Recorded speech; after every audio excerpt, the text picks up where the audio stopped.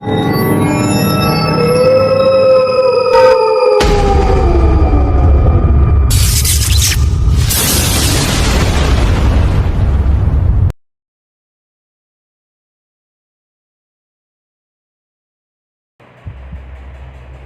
धीरे रात गहराने लगी थी। गांव के उस पुराने कब्रिस्तान के आसपास सन्नाटा पसरा था।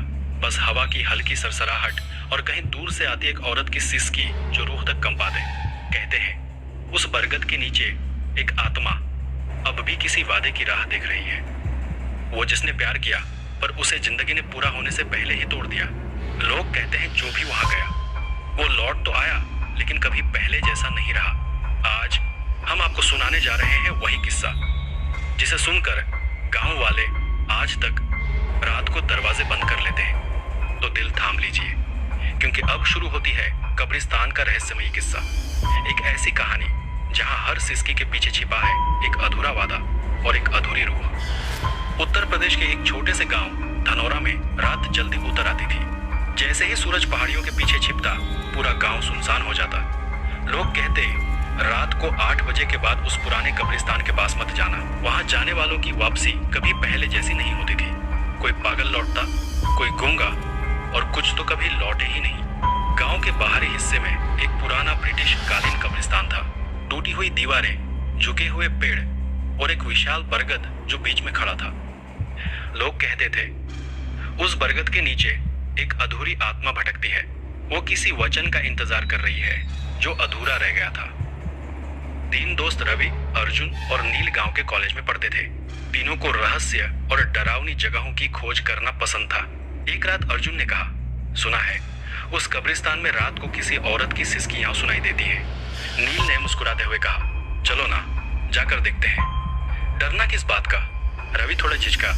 लोग कहते हैं वहां कोई नहीं लौटता सही सलामत, लेकिन जिज्ञासा डर से बड़ी थी। तीनों ने तय किया कि आज रात 12 बजे वे वहां जाएंगे। रात के 11:45 पर तीनों साइकिल लेकर निकल पड़े। ठंडी हवा चल रही थी, आसमान में बादल थे और बीच बीच में बिजली चमक रही थी। कब्रिस्तान पहुंचते ही एक सन्नाटा पसरा था। कुत्तों की भौंक, उल्लू की आवाज और पत्तों की सरसराहट बस वही थी। रवि ने कहा, मुझे कुछ ठीक नहीं लग रहा। अर्जुन ने टॉर्च जलाई। आराम से चलो, कुछ भी हो सकता है। टॉर्च की रोशनी टूटी हुई कब्रों पर पड़ रही थी। कहीं नाम मिटे हुए थे, कहीं तारीखें आधी दिखाई दे रही थी। 1857, 1873, 1890, बहुत पुरानी। अचानक हवा का एक झोंका आया और टॉर्च बुझ गई।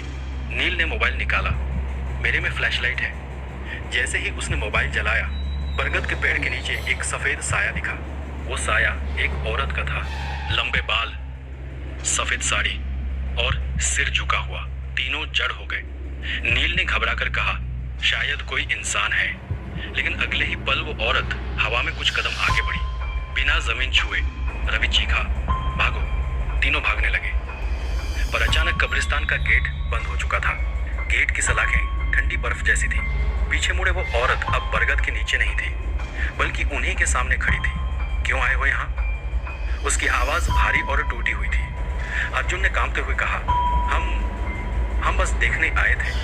देखने आए या मेरे दर्द का मजाक उड़ाने? और फिर हवा तेज हुई। चारों ओर धूल और राख उड़ने लगी। औरत ने धीरे से सिर उठाया। उसकी आंखें खाली थी, जैसे 2 काले गड्ढे। अचानक किसी कब्र के पास से एक पुरानी किताब उड़ी और रवि के पैरों में आ गिरी। किताब के कवर पर लिखा था, एलिजा डेविडसन, 1886। अर्जुन ने जल्दी से पन्ने पलटे। डायरी में अंग्रेजी में लिखा था, मैं एक भारतीय नौजवान से प्यार करती हूँ, लेकिन मेरे पिता जो ब्रिटिश अधिकारी हैं उसे मरवा देंगे। हमने वादा किया था अगर मौत ने जुदा किया तो मैं इस बरगद के नीचे लौटूंगी। रवि ने डरते हुए कहा, मतलब वो आत्मा उसी की है? नील ने कहा, हाँ, वो शायद किसी वादे की तलाश में है। तभी औरत की चीख गूंजी, वादा पूरा करो, वादा पूरा करो। तीनों ने गांव के बुजुर्ग माधव बाबा से अगले दिन बात की। उन्होंने बताया, ब्रिटिश जमाने में एक अंग्रेज लड़की एलिजा डेविडसन यहाँ रहती थी। उसने एक हिंदुस्तानी सैनिक फरीद से प्यार किया था, लेकिन एलिजा के पिता ने फरीद को बरगद के नीचे फांसी दे दी थी। एलिजा ने कसम खाई थी वो उसी बरगद के नीचे मर जाएगी और उसी रात उसने जहर खा लिया। गांव वाले कहते हैं हर 10 अक्टूबर की रात एलिजा की आत्मा उसी बरगद के नीचे रोती है। आज वही तारीख थी, 10 अक्टूबर। तीनों ने तय किया कि वे इस आत्मा को मुक्त करेंगे। वे अगले दिन रात को फिर से वहां पहुंचे, हाथ में एक दीपक, फूल और एलिजा की डायरी लेकर। बरगद के नीचे पहुंचते ही हवा भारी हो गई। नील ने कहा, एलिजा, हम तुम्हारा वादा पूरा करने आए हैं। डायरी को जमीन पर रखा गया, दीपक जलाया गया। अचानक एक महिला की छवि प्रकट हुई। चेहरा शांत था, आंखों में नमी। फरीद, क्या सच में तुम लौट आए? अर्जुन ने कहा, नहीं एलिजा, पर हम तुम्हारा संदेश पहुंचा देंगे। तुम्हारा प्यार अधूरा नहीं रहेगा। औरत मुस्कुराई। धीरे धीरे उसका चेहरा प्रकाश में बदल गया। बरगद के पत्ते झूमने लगे। कब्रिस्तान में पहली बार शांति का एहसास हुआ।